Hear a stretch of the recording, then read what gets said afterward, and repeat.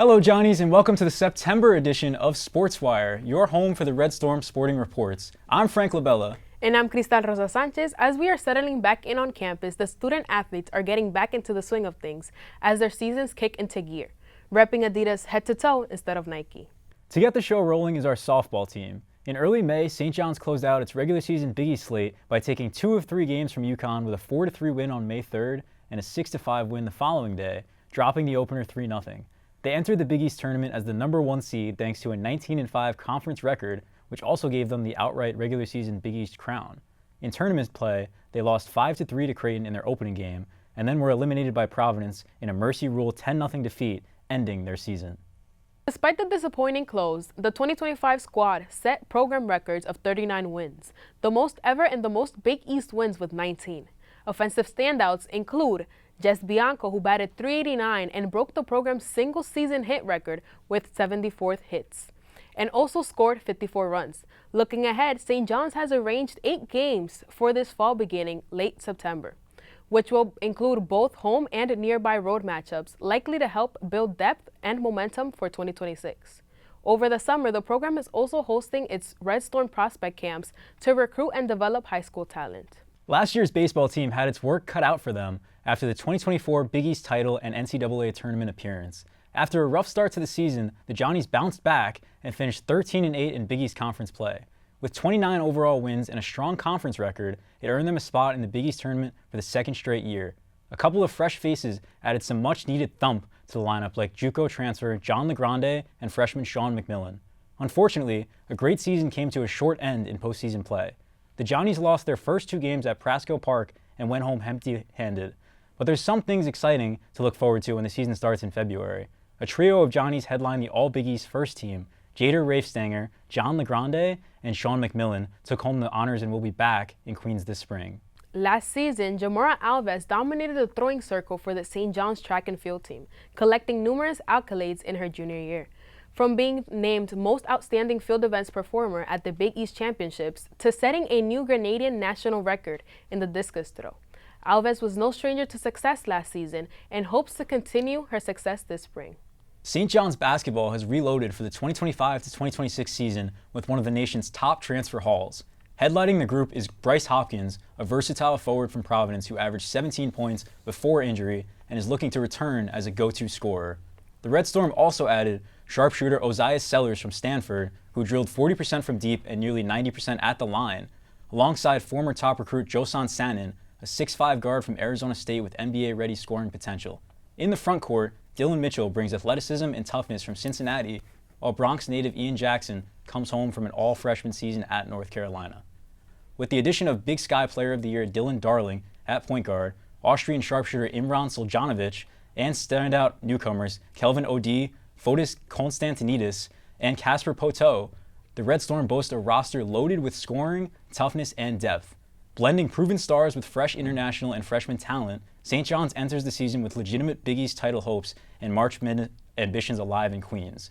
The mix of experience, local production, and high-ceiling players has St. John's fans buzzing, as many polls project the defending Big East champions as a borderline top 10 program heading into the year. With all the excitement about the new Johnnies, it's important not to forget about the ones who put a spark back in the program last season. R.J. Lewis Jr., who broke out last season averaging over 18 points and 7 rebounds per game, decided to decline offers in the transfer portal and declare for the NBA draft this year. The Big East Player of the Year elected to gamble on himself despite a sour ending to his collegiate career in Queens. The decision appeared regretful on draft night as the 22-year-old watched 2 rounds soar by without hearing his name. However, the Miami native didn't have to wait much longer as the Utah Jazz reeled him in on a 2-way contract before the night came to a close. Lewis would eventually be utilized as a trade piece in a deal to the Boston Celtics, where he currently is practicing in hopes of making the opening night roster. Lewis isn't the only Johnny from last year's prolific roster to scratch the NBA this year, as teammates Kadari Richmond, Aaron Scott, and Davon Smith all inked deals to some capacity with the Wizards, Celtics, and Hawks respectively. Though the Red Storm were unsuccessful in breaking a decade-long streak of NBA drafts without a Johnny being selected, it's a wonderful sight to see our stars moving along to promising futures. Coach Pitino made it an emphasis this year that this program would be attacking older transfers and not investing as much in the freshmen with little experience coming out of high school. The Johnnies open up their schedule with an exhibition against Towson on Saturday, October 18th at Carnesecca Arena. The St. John's women's volleyball team kicked off their season on August 29th with their first away game at Morehead State. Though they did suffer a loss, the game was neck and neck, with most outstanding players Erin Jones, Lucrecia Lodi, and Rashani Solano Smith. The team has their next game at Carnesecca against Marquette at 5 p.m. on Saturday, October 11th, followed by a matchup against Seton Hall at 12 p.m. on Tuesday, October 14th. On the soccer pitch, the St. John's men's soccer team comes into the week after a devastating 2-0 loss at the Georgetown Hoyas. This comes after the Johnnies failed to beat Xavier at home last week. Georgetown dominated the Johnnies in the first half with 8 shots to none and a pair of goals. The Red Storm also managed to receive 4 yellow cards to the Hoyas' 0. St. John's moves to 4-3-3 overall and 0-1-1 in the Big East. In a previous interview, we spoke to defenseman Bjorn Nikolajewski about scoring game-deciding goals in back-to-back games, where he stated, "Everything is a little bit overwhelming for me. I haven't scored in almost 4 years, and now, almost back-to-back scoring twice. I'm just trying to be there for the team, doing the best I can, and if I can score here or there, then I'm happy to do so." They hope to improve upon last week's lackluster performance to stay above 500 when the Red Storm visit Akron today. The St. John's women's soccer team fought through a gritty Big East week, earning back-to-back draws. The first against Providence in the Big East opener. Telma Stainstor's daughter came up clutch, bearing a penalty kick with 0.9 seconds left in the first half to make it 1-1. Senior captain Kayla Bauer was a wall-in goal, matching her career high with 6 saves. Later in the week at Seton Hall, Bauer outdid herself, stopping 7 shots for a clean sheet in the stalemate. Madison Mariani and Julia Lombardo led the attack, with Stainstor's daughter, Daniela Monson, and Jalen Vallecillo keeping the Pirates on edge. 2 tough results, but the Johnnies showed fight, focus, and Big East grit all the way through. Grit is the theme of the week as the St. John's men's golf team came up big at the UConn Invitational. After a huge surge over the final 2 rounds, the Johnnies finished tied for 3rd with the University of Rhode Island. Sophomore Joseph DeLezel led the charge, finishing 3rd overall at 3 under with a clutch eagle on the 13th hole. Freshman Matthew DiFiore impressed with a 13th place finish, while fellow rookie Eli Weidman fired a 1 under 71 to crack the top 20. Max McColgan capped it off with an even par 72 as all 4 scorers finished at par or better in the final round. The Johnnies showed depth, composure, and momentum as they head into the Xavier Invitational later this month.